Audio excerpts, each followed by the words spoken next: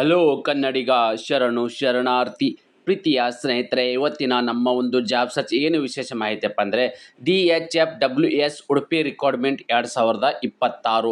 ಹೌದು ಸ್ನೇಹಿತರೆ, ಉಡುಪಿ ಜಿಲ್ಲಾ ಆರೋಗ್ಯ ಮತ್ತು ಕುಟುಂಬ ಕಲ್ಯಾಣ ಇಲಾಖೆಯಲ್ಲಿ ಮಂಜೂರಿಗಾಗಿ ಖಾಲಿ ಇರುವ ಕಿರಿಯ ಪ್ರಯೋಗಶಾಲಾ ತಾಂತ್ರಿಕ ಅಧಿಕಾರಿ ಹಾಗೂ ಫಾರ್ಮಸಿ ಅಧಿಕಾರಿ ಹುದ್ದೆಗಳ ಭರ್ತಿಗೆ ಅರ್ಹ ಹಾಗೂ ಆಸಕ್ತ ಅಭ್ಯರ್ಥಿಗಳಿಂದ ಅರ್ಜಿಗಳನ್ನು ಕರೆಯಲಾಗಿದೆ. ಹುದ್ದೆಗಳ ಭರ್ತಿಗೆ ಸಂಬಂಧಿಸಿದಂತೆ ಹುದ್ದೆಗಳ ಸಂಖ್ಯೆ, ಶೈಕ್ಷಣಿಕ ಅರ್ಹತೆ ಮತ್ತು ಆಯ್ಕೆಯಾಗಿರ್ತಕ್ಕಂಥ ಅಭ್ಯರ್ಥಿಗಳಿಗೆ ಪ್ರತಿ ತಿಂಗಳು ಸಿಗ್ತಕ್ಕಂಥ ವೇತನ ಕೂಲಂಕುಷವಾಗಿ ನೋಟಿಫಿಕೇಶನ್ ವಿವರವನ್ನು ನಾನು ನಿಮಗೆ ಈ ವಿಡಿಯೋದಲ್ಲಿ ತಿಳಿಸ್ಕೊಡ್ತಾ ಇದ್ದೇನೆ.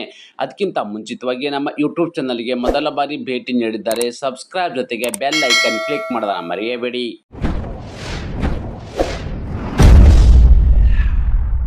ಸ್ನೇಹಿತರೆ, ಮೊದಲನೇದಾಗಿ ನಾವಿಲ್ಲಿ ಯಾವೆಲ್ಲ ಒಂದು ಹುದ್ದೆಗಳ ಅರ್ಜಿಗಳನ್ನು ಆಹ್ವಾನಿಸಲಾಗಿದೆ ಅಂತ ನೋಡೋದಾದರೆ, ಕಿರಿಯ ಪ್ರಯೋಗಶಾಲಾ ತಾಂತ್ರಿಕ ಅಧಿಕಾರಿ ಮತ್ತು ಫಾರ್ಮಸಿ ಅಧಿಕಾರಿ 2 ಥರದ ಹುದ್ದೆಗಳ ಅರ್ಜಿಗಳನ್ನು ಆಹ್ವಾನಿಸಲಾಗಿದ್ದು, ಕರ್ತವ್ಯ ಸ್ಥಳ ಎಲ್ಲಿಯಪ್ಪ ಅಂದರೆ ಹುದ್ದೆಗೆ ಆಯ್ಕೆಯಾದ ಅಭ್ಯರ್ಥಿಗಳು ಉಡುಪಿ ಜಿಲ್ಲೆಯಲ್ಲೇ ಕೆಲಸವನ್ನು ನಿರ್ವಹಿಸಬೇಕಾಗತ್ತೆ. ಎಲ್ಲಿರ್ತಕ್ಕಂಥದ್ದು? ಉಡುಪಿ ಜಿಲ್ಲೆಯಲ್ಲಿ. ಓಕೆ, ಖಾಲಿ ಇರ್ತಕ್ಕಂಥ ಹುದ್ದೆಗಳ ಸಂಖ್ಯೆ ಎಷ್ಟು ಅಂತ ನೋಡೋದಾದರೆ, ಒಟ್ಟು ಇಲ್ಲಿ 18 ಹುದ್ದೆಗಳ ಭರ್ತಿಗೆ ಅರ್ಜಿಗಳನ್ನು ಕರೆದಿರ್ತಕ್ಕಂಥ ಹುದ್ದೆಗಳು ಎಷ್ಟು? ಒಟ್ಟಾರೆಯಾಗಿ ಇಲ್ಲಿ 18 ಹುದ್ದೆಗಳ ಅರ್ಜಿಗಳನ್ನು ಆಹ್ವಾನಿಸಲಾಗಿದ್ದು, ಸ್ನೇಹಿತರೆ ಹಾಗಾದರೆ ಯಾವೆಲ್ಲ ಒಂದು ಹುದ್ದೆಗಳನ್ನು ಕರೆದಿದ್ದಾರೆ, ಆ ಹುದ್ದೆಗೆ ಅನುಗುಣವಾಗಿರ್ತಕ್ಕಂಥ ಸಂಖ್ಯೆಗಳೆಷ್ಟು ಅಂತ ನಾವು ನೋಡೋದಾದರೆ, ತಾವುಗಳು ಇಲ್ಲಿ ಗಮನಿಸಬಹುದಾಗಿದೆ.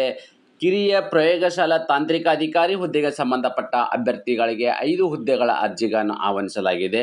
ಫಾರ್ಮಸಿ ಅಧಿಕಾರಿ ಹುದ್ದೆಗೆ ಸಂಬಂಧಪಟ್ಟ ಅಭ್ಯರ್ಥಿಗಳಿಗೆ 13 ಹುದ್ದೆಗಳ ಅರ್ಜಿಗಳನ್ನು ಆಹ್ವಾನಿಸಲಾಗಿದೆ.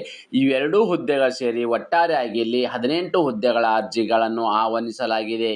ಹಾಗಾದರೆ ಮುಖ್ಯವಾಗಿರ್ತಕ್ಕಂಥ ಪ್ರಶ್ನೆ ಏನಪ್ಪ ಅಂದರೆ, ಶೈಕ್ಷಣಿಕ ಅರ್ಹತೆ ಏನೇನಾಗಿರಬೇಕು ಅಂತ ಹೇಳಿದ್ರೆ, ಯಾವೆಲ್ಲ ಒಂದು ಹುದ್ದೆಗೆ ಅರ್ಜಿಗಳನ್ನು ಸಲ್ಲಿಸಬೇಕಾದ್ರೆ ಯಾವೆಲ್ಲ ಕ್ವಾಲಿಫಿಕೇಷನ್ ಆಗಿರ್ತಕ್ಕಂಥ ಅಭ್ಯರ್ಥಿಗಳು ಈ ಒಂದು ಹುದ್ದೆಗೆ ಅರ್ಜಿ ಸಲ್ಲಿಸಬಹುದು ಅಂದರೆ, ಕಿರಿಯ ಪ್ರಯೋಗಶಾಲಾ ತಾಂತ್ರಿಕ ಅಧಿಕಾರಿ ಹುದ್ದೆಗೆ ಸಂಬಂಧಪಟ್ಟ ಅಭ್ಯರ್ಥಿಗಳ ಒಂದು ಕ್ವಾಲಿಫಿಕೇಷನ್ ಆಗಿರಬೇಕು ಅಂದರೆ, ಡಿಪ್ಲೊಮಾ ಇನ್ ಲ್ಯಾಬೊರೇಟರಿ ತಾಂತ್ರಿಕ ವಿದ್ಯಾರ್ಥಿನೇ ಕರ್ನಾಟಕ ಸರ್ಕಾರದಿಂದ ಮಾನ್ಯತೆ ಪಡೆದ ಶಾಲೆಗಳಲ್ಲಿ ಹೊಂದಿರಬೇಕು. ಅಂದರೆ ನೀವು ಕರ್ನಾಟಕದ ಮಾನ್ಯತೆ ಪಡೆದ ಅಂದರೆ ಒಂದು ಗೌರ್ಮೆಂಟ್ ಅಂಡರ್ಟೇಕಿಂಗ್ ಆಗಿರ್ತಕ್ಕಂಥದ್ರಲ್ಲಿ ನೀವು ಎಜುಕೇಷನ್ ಮಾಡಿರಬೇಕಾಗುತ್ತೆ. ಯಾವುದರಲ್ಲಿ?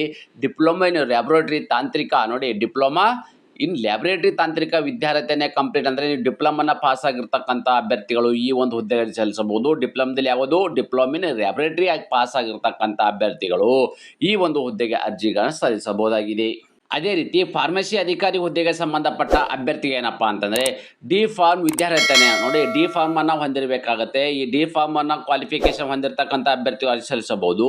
ಅದರ ಜೊತೆಗೆ ಕರ್ನಾಟಕ ಸರ್ಕಾರದಿಂದ ಮಾನ್ಯತೆ ಪಡೆದ ಮಾತ್ರ ಶಾಲೆಗಳಲ್ಲಿ ಹೊಂದಿರಬೇಕು. ಅಂದರೆ ಡಿ ಫಾರ್ಮ್ ಏನು ಮಾಡಿರ್ತೀರಿ ಅದೆಲ್ಲವೂ ಕೂಡ ಕರ್ನಾಟಕ ಶಾಲೆಗಳಲ್ಲಿ ಮಾನ್ಯತೆ ಪಡೆದ ಒಂದು ವಿದ್ಯಾಸಂಸ್ಥೆಯಿಂದ ನೀವು ಎಜುಕೇಷನನ್ನು ಹೊಂದಿರಬೇಕಾಗತ್ತೆ.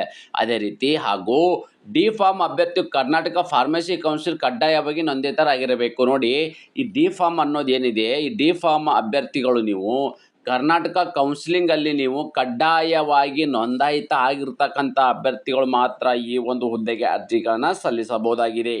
ಸ್ನೇಹಿತರೆ, ಅದೇ ರೀತಿ ಇನ್ನೊಂದು ಮಾಹಿತಿ ಏನಪ್ಪ ಅಂತ ಹೇಳಿದ್ರೆ, ವಯೋಮಾನ ಅಂದರೆ ಈ ಒಂದು ಹುದ್ದೆಗೆ ಅರ್ಜಿಗಳನ್ನು ಸಲ್ಲಿಸಬೇಕಾದರೆ ಯಾವ ವಯೋಮಿತಿ ಒಳಗಡೆ ಇರ್ತಕ್ಕಂಥ ಅಭ್ಯರ್ಥಿಗಳು ಈ ಒಂದು ಹುದ್ದೆಗೆ ಅರ್ಜಿಗಳನ್ನು ಸಲ್ಲಿಸಬಹುದು ಅಂದರೆ, ಮ್ಯಾಕ್ಸಿಮಮ್ ವಯೋಮಿತಿ 45 ವರ್ಷದ ಒಳಗಡೆ ಇರ್ತಕ್ಕಂಥ ಅಭ್ಯರ್ಥಿಗಳು ಈ ಒಂದು ಹುದ್ದೆಗೆ ಅರ್ಜಿಗಳನ್ನು ಸಲ್ಲಿಸಬಹುದಾಗಿದೆ. ಅದೇ ರೀತಿ ವೇತನ ಅಂದರೆ ಆಯ್ಕೆಯಾಗಿರ್ತಕ್ಕಂಥ ಅಭ್ಯರ್ಥಿಗಳಿಗೆ ಪ್ರತಿ ತಿಂಗಳು ಸಿಗ್ತಕ್ಕಂಥ ವೇತನ ಬಗ್ಗೆ ಮಾಹಿತಿ ನೋಡೋದಾದರೆ, ಹುದ್ದೆಗೆ ಆಯ್ಕೆಯಾದ ಅಭ್ಯರ್ಥಿಗಳಿಗೆ ಕಾರ್ಮಿಕ ಇಲಾಖೆ ನಿಗದಿಪಡಿಸಿರುವ ಕನಿಷ್ಠ ವೇತನವನ್ನು ನೀಡಲಾಗುವುದು. ನೋಡಿ, ಕಾರ್ಮಿಕ ಇಲಾಖೆ ಈ ಯಾವ್ಯಾವ ಹುದ್ದೆಗೆ ಎಷ್ಟು ವೇತನ ಅಂತ ನಿಗದಿಪಡಿಸಲಾಗಿದೆ ಅದರ ಒಂದು ಪ್ರಕಾರ ನಿಮಗೆ ವೇತನವನ್ನು ನೀಡಲಾಗುವುದು. ಅದೇ ರೀತಿ ಆಯ್ಕೆ ವಿಧಾನ ಹೇಗೆ ನಡೆಯಲಿದೆ ಅಂದರೆ, ಸಂದರ್ಶನ ನಡೆಸಿ ಅಭ್ಯರ್ಥಿಗಳನ್ನು ಹುದ್ದೆಗೆ ಆಯ್ಕೆಯನ್ನು ಮಾಡಲಾಗುವುದು. ನೋಡಿ, ಈ ಒಂದು ಹುದ್ದೆಗೆ ಯಾವುದೇ ಎಕ್ಸಾಮ್ ಇಲ್ಲದೆ ನೇರ ನೇಮಕಾತಿ ಆಗ್ತಕ್ಕಂಥ ಹುದ್ದೆಗಳಾಗಿದ್ದು ಸಂದರ್ಶನ ನಡೆಸ್ತಾರೆ. ಅಂದರೆ ನೀವು ಗಳಿಸಿರ್ತಕ್ಕಂಥ ಒಂದು ಡಿಪ್ಲೊಮಾ ಆಗಿರಬಹುದು ಮತ್ತು ಡಿ ಫಾರ್ಮಲ್ಲಿ ಅಂದರೆ ಯಾವ ಒಂದು ಹುದ್ದೆಗೆ ಅರ್ಜಿ ಸಲ್ಲಿಸ್ತಾ ಇದ್ರಿ ಆ ಹುದ್ದೆಗೆ ಅನುಗುಣವಾಗಿ ನೀವು ಗಳಿಸಿರ್ತಕ್ಕಂಥ ಒಂದು ಸರ್ಟಿಫಿಕೇಟ್ ಕೋರ್ಸ್ ಏನಿದೆ ಆ ಕೋರ್ಸಲ್ಲಿ ನೀವು ಗಳಿಸಿರ್ತಕ್ಕಂಥ ಅಂಕಗಳು ಮತ್ತು ಸಂದರ್ಶನದಲ್ಲಿ ಪಡೆದಿರ್ತಕ್ಕಂಥ ಅಂಕಗಳು ಇವೆರಡನ್ನು ಒಳಗೊಂಡಂತೆ ಮೆರಿಟ್ ಲಿಸ್ಟನ್ನು ಸಿದ್ಧ ಮಾಡ್ತಾರೆ. ಆ ಮೆರಿಟ್ ಲಿಸ್ಟದಲ್ಲಿ ಕ್ವಾಲಿಫೈ ಆಗಿರ್ತಕ್ಕಂಥ ಅಭ್ಯರ್ಥಿಗಳನ್ನು ಆಯ್ಕೆಯನ್ನು ಮಾಡಲಾಗುವುದು. ಸ್ನೇಹಿತರೆ, ಸಲ್ಲಿಸಬೇಕಾದ ದಾಖಲೆಗಳು. ಹೌದು, ಕಿರಿಯ ಪ್ರಯೋಗಶಾಲಾ ತಾಂತ್ರಿಕ ಅಧಿಕಾರಿ ನೀವು ಒಂದು ಹುದ್ದೆಗೆ ಅರ್ಜಿ ಸಲ್ಲಿಸಬೇಕಾದ್ರೆ ಮಿನಿಮಮ್ ನಿಮಗೆ ಬೇಕಾಗಿರ್ತಕ್ಕಂಥ ದಾಖಲಾತಿಗಳು ಈ ರೀತಿ ಇರಬೇಕಾಗತ್ತೆ. SLC ಅಂಕಪಟ್ಟಿ ಬೇಕಾಗುತ್ತೆ. ಡಿಪ್ಲೊಮಾ ಇನ್ ಲ್ಯಾಬ್ರೋಟರಿ ಅಂದರೆ DMLT ಒಂದು ಅಂಕಪಟ್ಟಿಯನ್ನು ಹೊಂದಿರಬೇಕಾಗುತ್ತೆ, ಅಂದರೆ ಡಿಪ್ಲೊಮಾ ಇನ್ ಲ್ಯಾಬ್ರೋಟರಿ.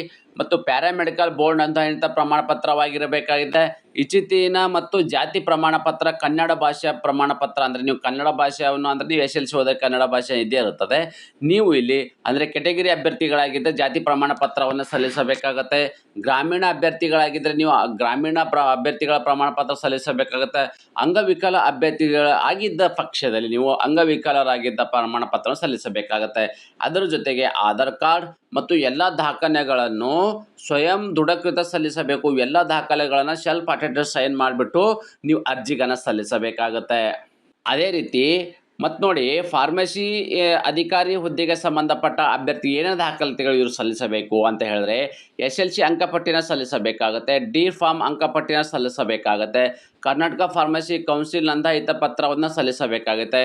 ನೀವು ಕೆಟಗರಿ ಅಭ್ಯರ್ಥಿಗಳಾಗಿದ್ದ ಜಾತಿ ಪ್ರಮಾಣ ಸಲ್ಲಿಸಬೇಕು. ನೀವು ಕನ್ನಡ ಭಾಷೆ ಪ್ರಮಾಣ ಪತ್ರ ಅಂದರೆ SLC ಇದನ್ನು ಸಲ್ಲಿಸಬೇಕಾಗುತ್ತೆ. ಗ್ರಾಮೀಣ ಅಭ್ಯರ್ಥಿಗಳಾಗಿದ್ದರೆ ನೀವು ಗ್ರಾಮೀಣ ಅಭ್ಯರ್ಥಿ ಪತ್ರವನ್ನು ಸಲ್ಲಿಸಿ. ಅಂಗವಿಕಲರಾಗಿದ್ದ ಪಕ್ಷದಲ್ಲಿ ನೀವು ಅಂಗವಿಕಲ ಸರ್ಟಿಫಿಕೇಟನ್ನು ಸಲ್ಲಿಸಬೇಕಾಗತ್ತೆ. ಅದರ ಜೊತೆಗೆ ನೀವು ಆಧಾರ್ ಕಾರ್ಡನ್ನು ಸಲ್ಲಿಸಬೇಕಾಗುತ್ತೆ. ಎಲ್ಲ ದಾಖಲೆಗಳನ್ನು ಸ್ವಯಂ ದೃಢೀಕರಿಸಿ ಸಲ್ಲಿಸೋದು. ಎಲ್ಲ ದಾಖಲಾತಿಗಳನ್ನು ನೀವು ಸೆಲ್ಫ್ ಅಟೆಸ್ಟೆಡ್ ಸೈನ್ ಮಾಡಿಬಿಟ್ಟು ಅರ್ಜಿಗಳನ್ನು ಸಲ್ಲಿಸಬೇಕಾಗತ್ತೆ. ಅರ್ಜಿ ಸಲ್ಲಿಸುವ ವಿಧಾನ ಸ್ನೇಹಿತರೆ, ಅಭ್ಯರ್ಥಿಗಳು ಈ ಒಂದು ಹುದ್ದೆಗೆ ನೀವು ಆಫ್ಲೈನ್ ಮೂಲಕವೇ ಅರ್ಜಿಗಳನ್ನು ಸಲ್ಲಿಸಬೇಕಾಗತ್ತೆ.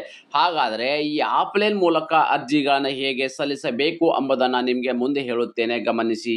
ಸ್ನೇಹಿತರೆ, ಅರ್ಜಿ ಸಲ್ಲಿಸುವ ವಿಳಾಸ ಸ್ನೇಹಿತರೆ, ಜಿಲ್ಲಾ ಆರೋಗ್ಯ ಮತ್ತು ಕುಟುಂಬ ಕಲ್ಯಾಣ ಅಧಿಕಾರಿಗಳ ಕಚೇರಿ, ಉಡುಪಿ ಜಿಲ್ಲೆಗೆ ಈ ಒಂದು ಅಡ್ರೆಸ್ಗೆ ತಮ್ಮ ಆಫ್ಲೈನ್ ಮುಖಾಂತರ ಅರ್ಜಿಗಳನ್ನು ಸಲ್ಲಿಸಬೇಕಾಗುತ್ತೆ. ಈ ಅಡ್ರೆಸ್ಸನ್ನು ನೋಟ್ ಮಾಡ್ಕೊಳ್ಳಿ.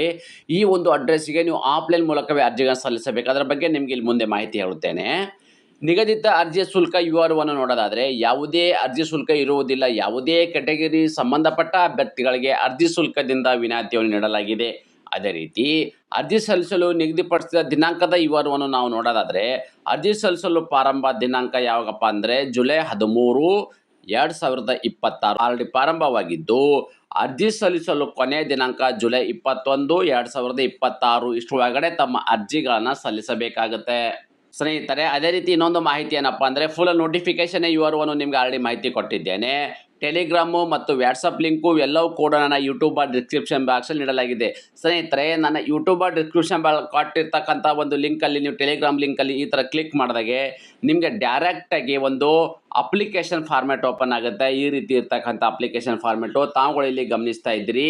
ಈ ಒಂದು ಅಪ್ಲಿಕೇಶನ್ಗೆ ನೀವು ಯಾವ ಒಂದು ಅಂದರೆ ಲ್ಯಾಬ್ ಟೆಕ್ನಿಷಿಯನ್ಗೆ ಹುದ್ದೆಗೆ ಅರ್ಜಿ ಸಲ್ಲಿಸ್ತಾ ಇದ್ದೀರಾ, ಅಥವಾ ಫಾರ್ಮಸಿ ಇರ್ತಕ್ಕಂಥ ಹುದ್ದೆಗೆ ಅರ್ಜಿ ಸಲ್ಲಿಸ್ತಾ ಇದ್ದೀರಾ, ಅಥವಾ ರೀಸೆಂಟಾಗಿರ್ತಕ್ಕಂಥ ನಿಮ್ಮ ಪಾಸ್ಪೋರ್ಟ್ ಸೈಜನ್ನು ಫೋಟೋನ ಅಂಟಿಸಿ ನಿಮ್ಮ name, address, contact number, email address ಮತ್ತು ಪರ್ಸನಲ್ ಇನ್ಫಾರ್ಮೇಷನ್ ಅಂದರೆ ಡೇಟ್ ಆಫ್ ಬರ್ತು, ಜೆಂಡರ್ ಮತ್ತು ಇವೆಲ್ಲವೂ ಕೂಡ ಫಿಲ್ ಮಾಡಿ, ಓಕೆ, ನಿಮ್ಮ ಸೆಲ್ಫ್ ಅಟೆಸ್ಟ್ ಇರ್ತಕ್ಕಂಥ ಡಾಕ್ಯುಮೆಂಟು, ಡೇಟು, ಪ್ಲೇಸು ಮತ್ತು ನಿಮ್ಮ ಸಿಗ್ನೇಚರ್ ಮಾಡಿ ಈ ಒಂದು ಅಪ್ಲಿಕೇಶನ್ ಜೊತೆಗೆ ಯಾವ ಒಂದು ಹುದ್ದೆಗೆ ಯಾವ ದಾಖಲಾತಿಗಳು ಬೇಕೆಂಬುದನ್ನು ನಿಮಗೆ ಮೊದಲೇ ಮಾಹಿತಿ ನೀಡಿದ್ದೇನೆ.